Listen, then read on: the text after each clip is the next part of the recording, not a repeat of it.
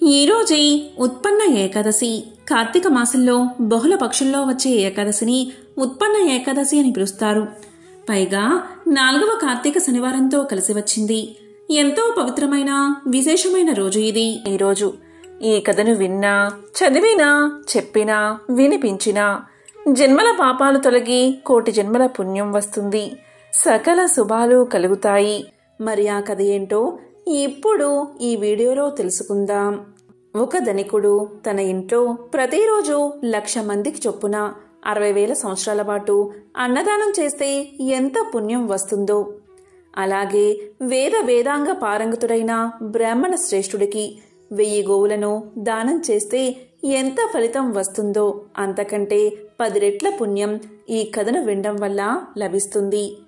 ఎవరైతే ఈ కథను వింటారో అటువంటి వారు అంత్యమున విష్ణు లోకాన్ని చేరుకుంటారు.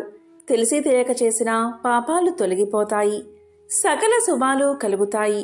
మరి పద్మపురాణంలో చెప్పబడిన ఆ కథ ఏంటో ఇప్పుడు విందాం. ఒకసారి అర్జునుడు శ్రీకృష్ణుడితో ఇలా పలుకుతాడు: కృష్ణ, పరంధామ, వాసుదేవ, జనార్దన, కార్తీక మాసంలో బహుళ పక్షుల్లో వచ్చే ఏకాదశి పేరు ఏమిటి? ఆ ఏకాదశి యొక్క గొప్పతనం గురించి నాకు వివరించు స్వామి అని వేడుకుంటాడు. అప్పుడు అర్జునుడి ప్రార్థన మన్నించి శ్రీకృష్ణుడు ఇలా చెప్తాడు: ఓ కుంతీనందన, విను. పూర్వం కృతయుగంలో మురుడు అనే రాక్షసుడు ఉండేవాడు. మిక్కిలి భయంకరమైన ఆకారం ఆ రాక్షసుడిది. అంతటి భయంకరమైన ఆకారాన్ని చూసిన దేవతలంతా భయపడి పారిపోయారు. దేవతల్లో మొదటివాడు గొప్పవాడైన ఇంద్రుడు కూడా ఆ రాక్షసుడిని జయించలేకపోయాడు. ఆ రాక్షసుడు 12 మంది ఆదిత్యులను, 8 మంది వసువులను, బ్రహ్మదేవుణ్ణి, వాయుదేవుణ్ణి, అగ్నిహోత్రుణ్ణి, ఇంకా ప్రధానులైన దేవతలను కూడా జయించాడు. అతని ఉగ్రమైన స్వభావాన్ని ఎవరూ సహించలేకపోయారు. పదవిని పోగొట్టుకున్న ఇంద్రుడు కైలాసానికి చేరుకుని జరిగిన విషయాన్నంతా శంకరుడికి ఇలా విన్నవించాడు: దేవదేవా, మా దేవతలందరూ స్వర్గం నుండి భ్రష్టులైపోయారు, భూలోకంలో దరిద్రులై సంచరిస్తున్నారు. మరి మా దేవతల గతి ఏమిటి? ఇక దేవతలంతా స్వర్గాన్ని పొందడానికి ఉపాయం ఏదైనా ఉంటే సెలవియ్యండి అని ప్రార్థించాడు. దేవేంద్రుడి ప్రార్థన విన్న పరమేశ్వరుడు ఇలా పలికాడు: ఇంద్రా, నీకు కలిగిన ఈ బాధను నా వద్ద మొరపెట్టుకుంటే ఏం లాభం? నీవు గరుడధ్వజుడైన శ్రీ మహావిష్ణువు దగ్గరికి వెళ్ళి, అంటే వైకుంఠానికి చేరుకుని నీకు కలిగిన దుస్థితి గురించి శ్రీపతికి వివరించు. అందరూ శరణు వేడవలసింది అతన్నే.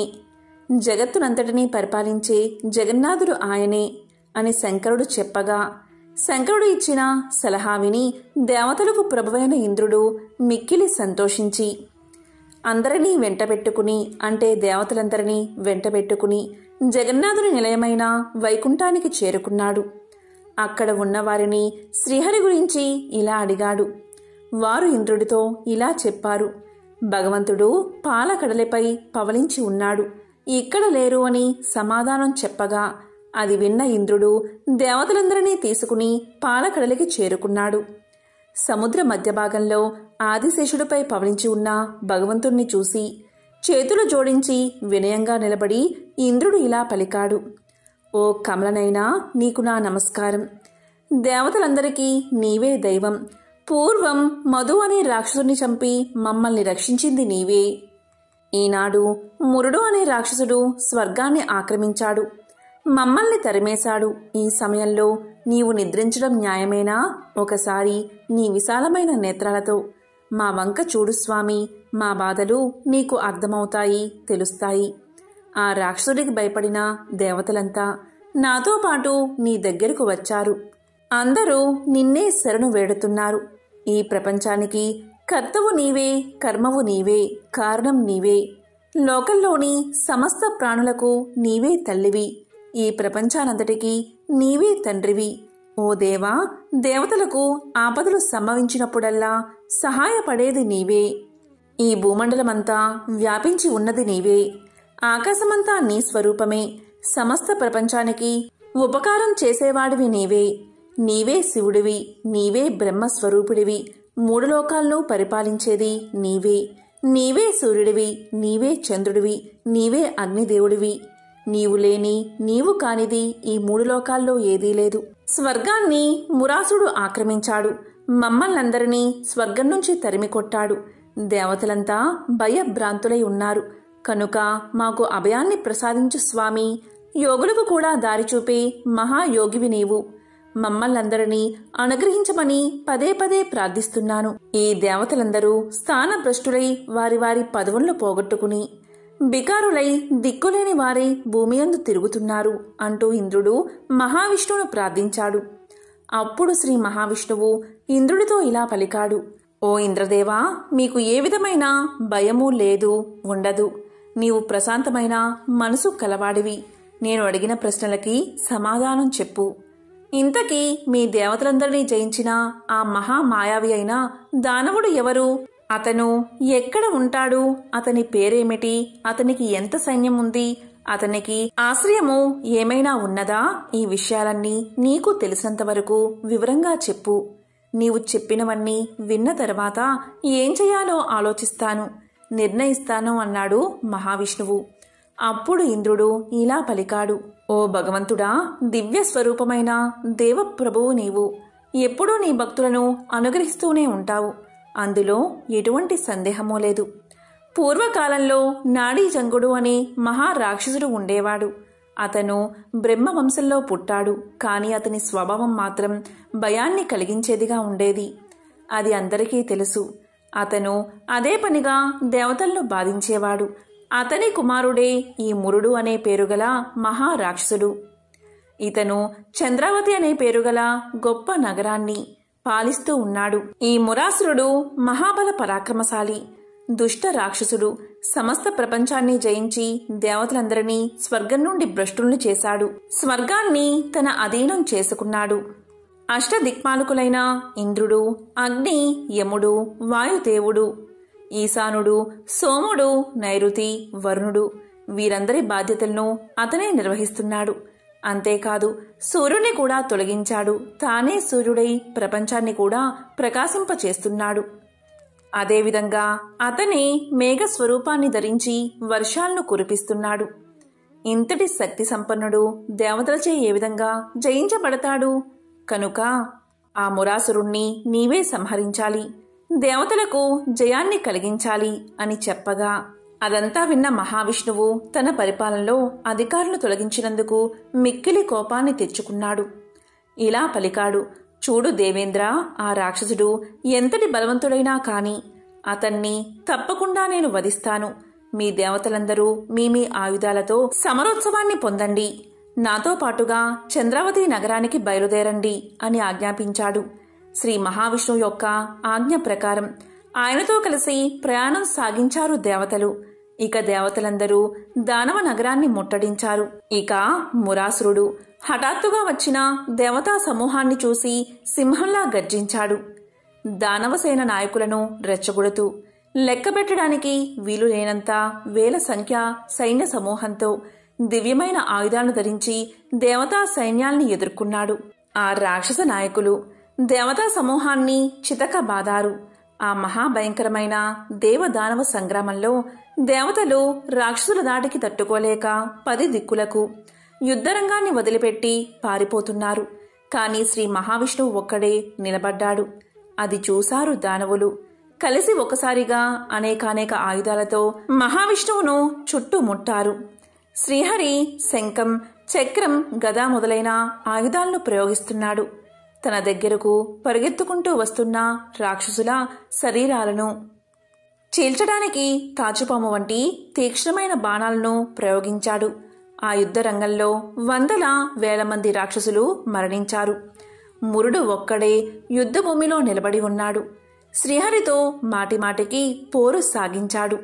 శ్రీ మహావిష్ణువు ఎంత గొప్ప ఆయుధాన్ని మురుడు మీదకి ప్రయోగించినా అది మురుడి యొక్క తేజో ప్రభావానికి పువ్వుల్లాగా అతని మీద పడుతుంది.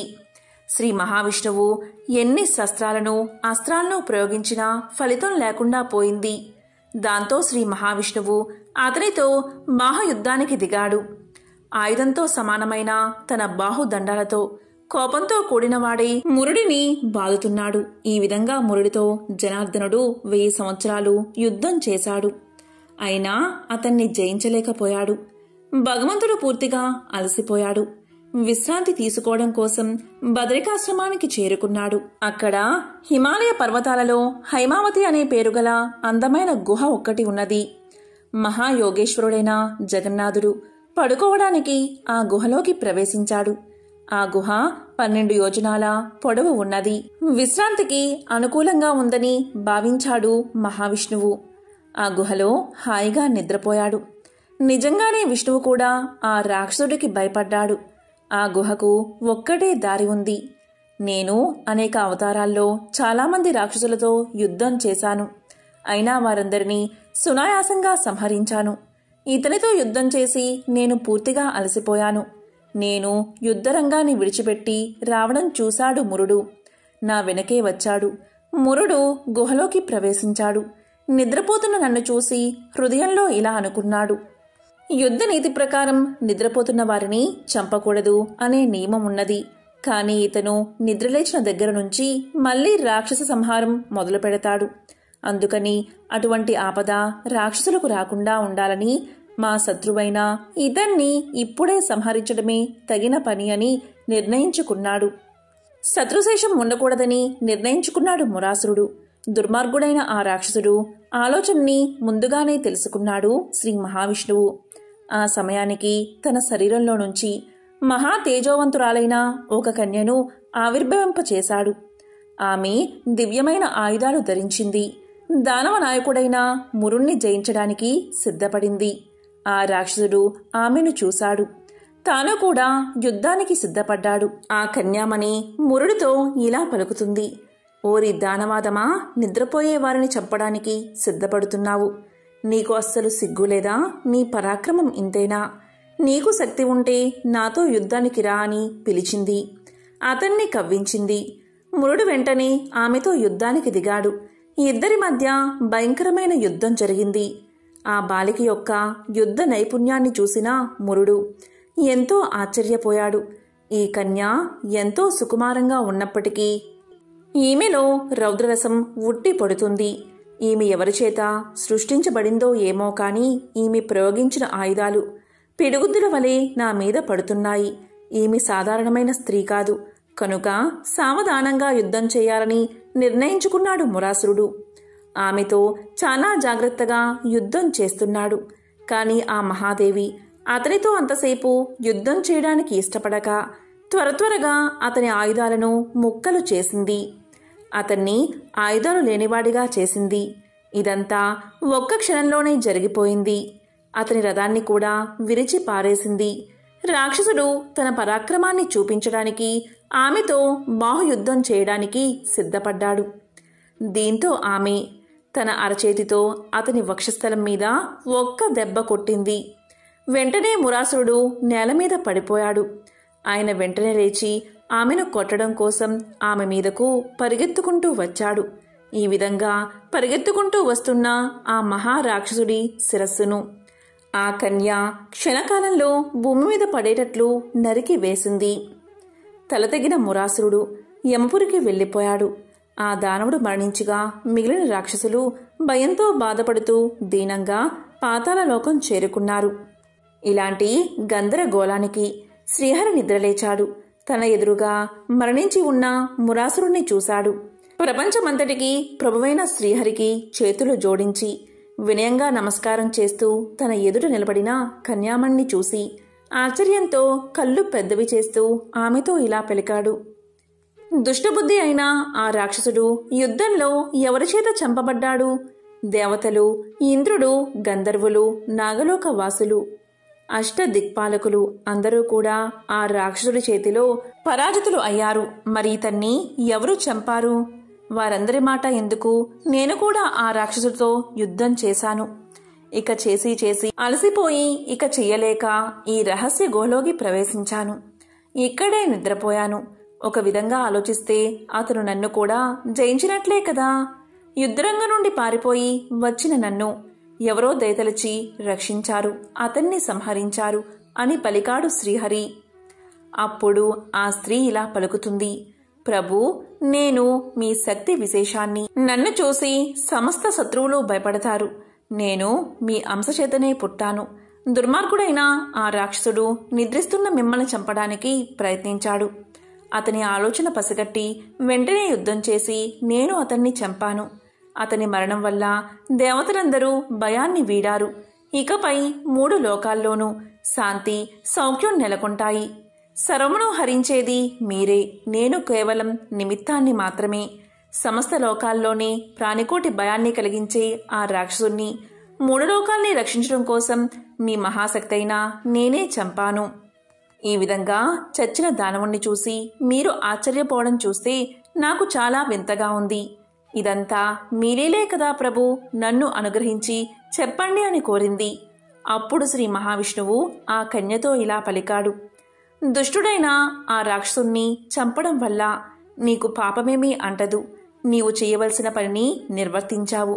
నేను కూడా ఎంతో సంతోషించాను. ఇతను చంపబడ్డం వల్ల దేవతలంతా ఎంతో ఆనందించారు. సమస్త లోకాలకి ఆనందం కలిగింది. పరమ పవిత్రాలమైన నీవు రాక్షసుని చంపి 3 లోకాలకు, దేవతలకి కూడా ఆనందాన్ని కలిగించావు. అందువల్ల నేను కూడా ప్రసన్నం చెందాను. అందరికీ ఆనందం కలిగించాలనే నియమం పొగడదగినది. నీకు కావలసిన వరాన్ని కోరుకో. ఇప్పుడే నీ కోరిక నెరవేరుస్తాను.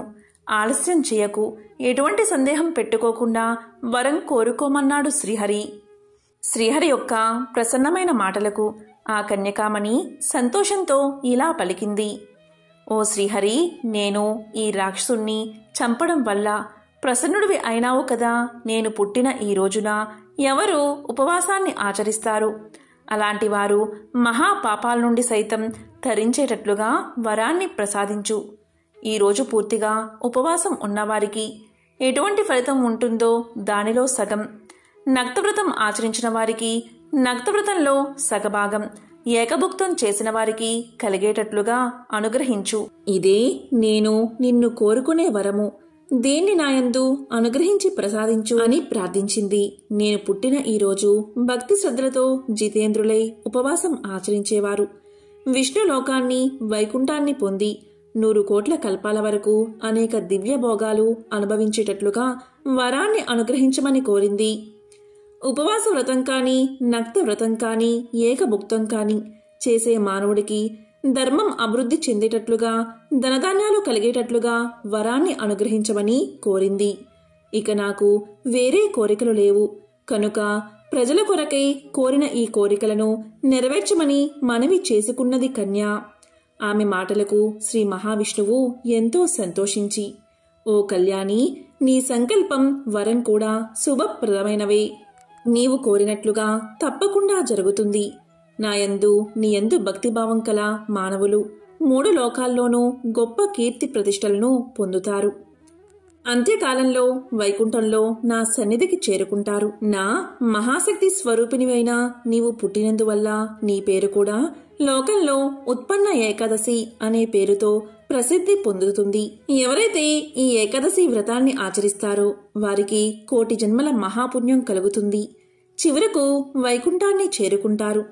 సమస్త తీర్థాలను సేవించినందువల్ల ఎంత పుణ్యం కలుగుతుందో దానికంటే ఎక్కువ పుణ్యం ఈ ఏకాదశి వ్రతాన్ని ఆచరించడం వల్ల కలుగుతుంది. అదేవిధంగా సమస్త దానాల కంటే అధిక ఫలము, సమస్త వ్రతాల కంటే అధిక ఫలము ఈ ఏకాదశి వల్ల లభిస్తాయి అని చెప్పి ఆ కన్యారత్నానికి వరాన్ని ప్రసాదించాడు మహావిష్ణువు. వెంటనే అక్కడికక్కడే అంతర్ధానమయ్యాడు.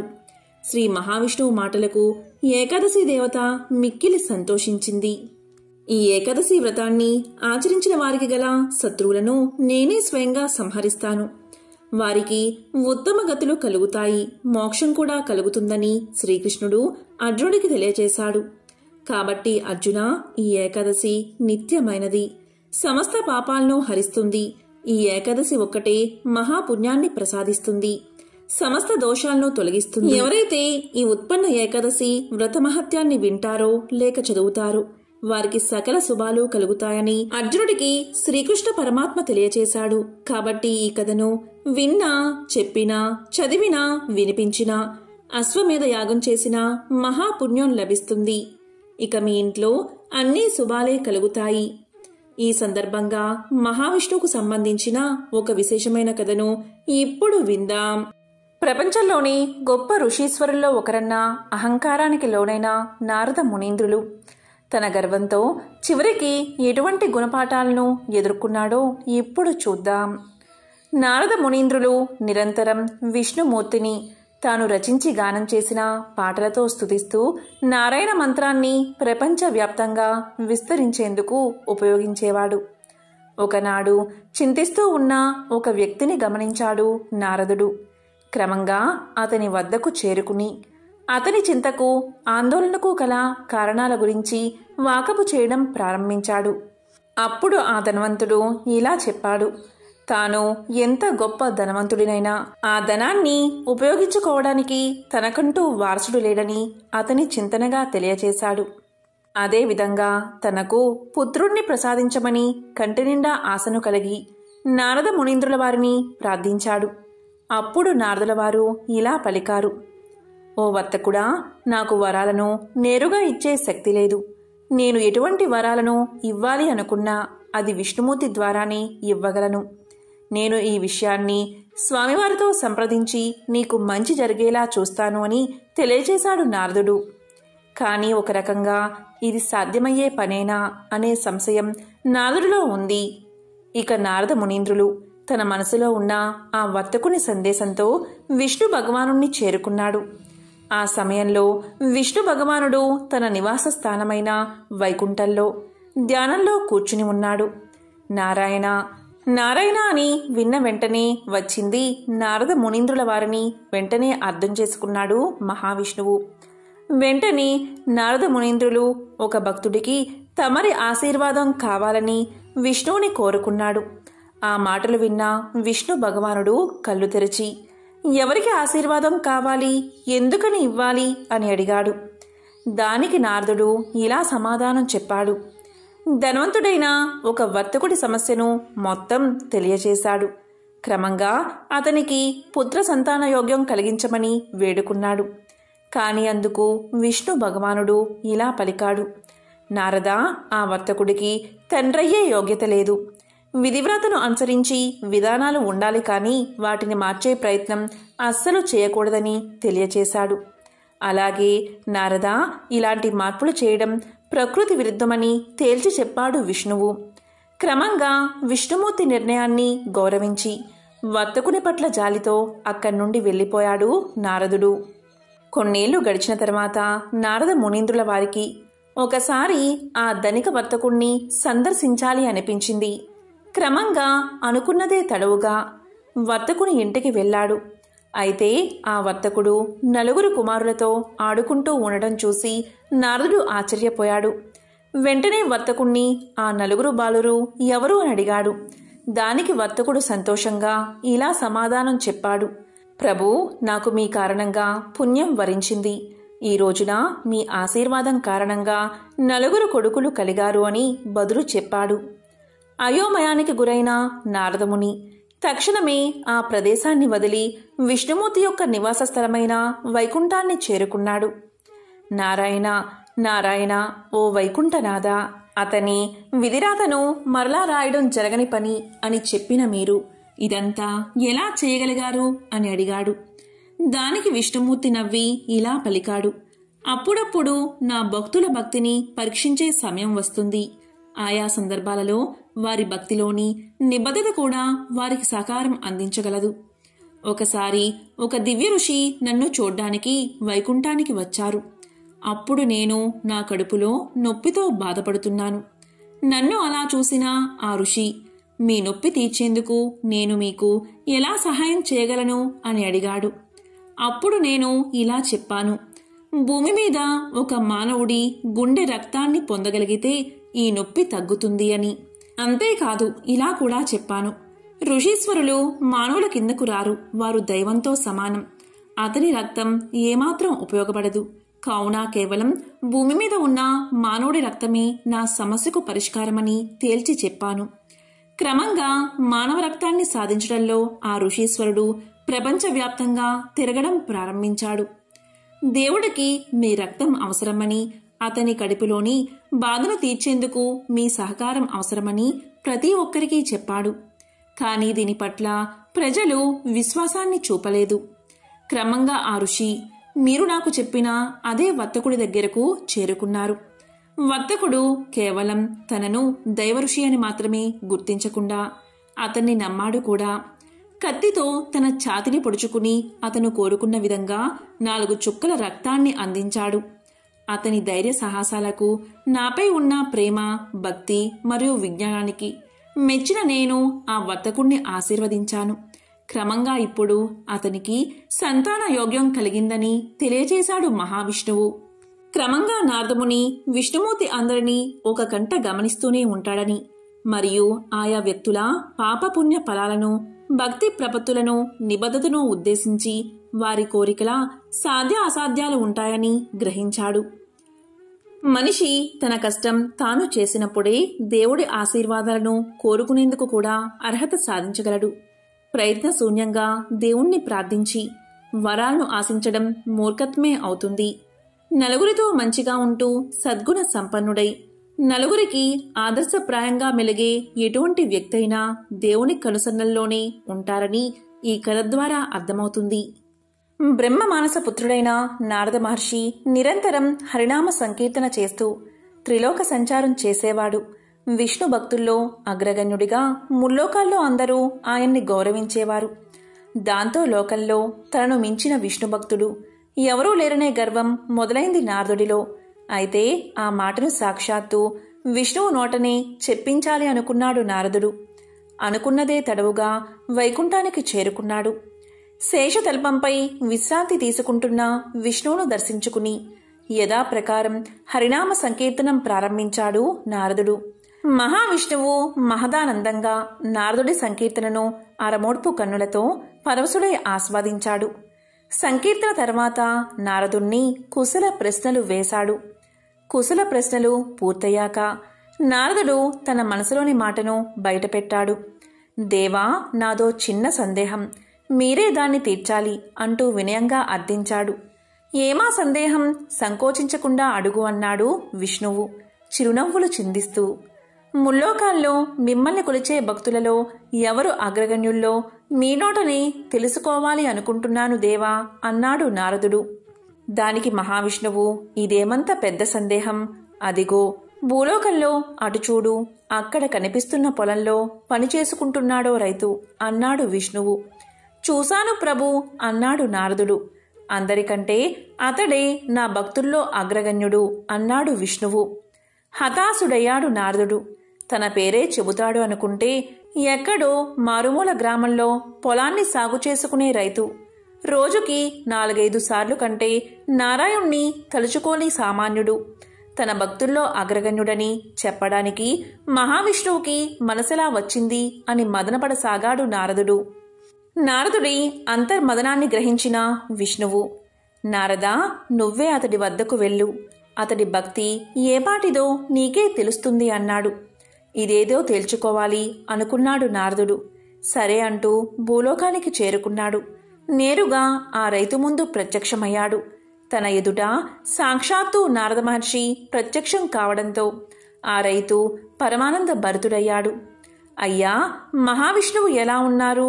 వైకుంఠంలో ఆయన క్షేమమేనా?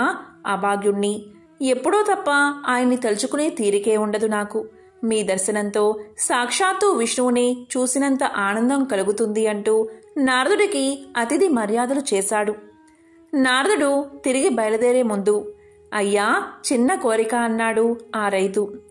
ఏంటో చెప్పమన్నట్లుగా చూశాడు నారదుడు. ఒక కుండలో పాలు తెచ్చి ఇచ్చాడు రైతు. అయ్యా, నా కానుకగా ఈ పాలకుండను వైకుంఠానికి తీసుకువెళ్లి విష్ణుదేవులకి నివేదించండి అన్నాడు రైతు. అప్పుడు నారదుడు అదెంత పని అంటూ పాలకుండ తీసుకుని వైకుంఠానికి బయలుదేరాడు. అయితే పాలు ఎక్కడ తొనిగిపోతాయో అనే భయంతో జాగ్రత్తగా కుండను పొదివి పట్టుకున్నాడు. మొత్తానికి ఎలాగోలా వైకుంఠానికి చేరుకుని విష్ణువును దర్శించుకున్నాడు. రైతు ఇచ్చిన పాలకుండను అందించాడు. దేవా, ఆ రైతుకు ఎప్పుడో తప్ప మిమ్మల్ని తలుచుకునే తీరిక ఉండదట. రోజుకు ఏ 4-5 సార్లు తలుచుకుంటాడట అన్నాడు ఫిర్యాదు చేసినట్లుగా. ఈ పాలకుండను తెస్తున్నప్పుడు నువ్వు నన్ను ఎన్నిసార్లు తలుచుకున్నావు అని ప్రశ్నించాడు విష్ణువు. ఒక్కసారి కూడా తలుచుకోలేదు. నా దృష్టి మొత్తం పాలకుండపైనే ఉంది. పాలెక్కడ తొణికిపోతాయో అనే ఆందోళనే నా మనసంతా నిండిపోయింది అని తలదించుకుని బదులిచ్చాడు నారదుడు. రోజంతా శ్రమిస్తూ ఉన్నప్పటికీ నన్ను మర్చిపోకుండా రోజుకు కనీసం 4-5 సార్లు అయినా తలుచుకుంటున్నాడు కదా ఆ రైతు అన్నాడు విష్ణువు. ఆ మాటతో నారదుడి గర్వం నశించింది. ఆ రైతు తనకంటే ఎందుకు గొప్ప భక్తుడో అర్థమైంది. ఎంతో పవిత్రమైన విశేషమైన ఈ ఉత్పన్న ఏకాదశి రోజు ఈ కథలను విన్నా, చదివినా, చెప్పినా, వినిపించినా సకల శుభాలు కలుగుతాయి. జన్మల దోషాలు తొలగి కోటి జన్మల పుణ్యం వస్తుంది. ఓం నమో నారాయణాయ. ఓం నమో భగవతే వాసుదేవాయ.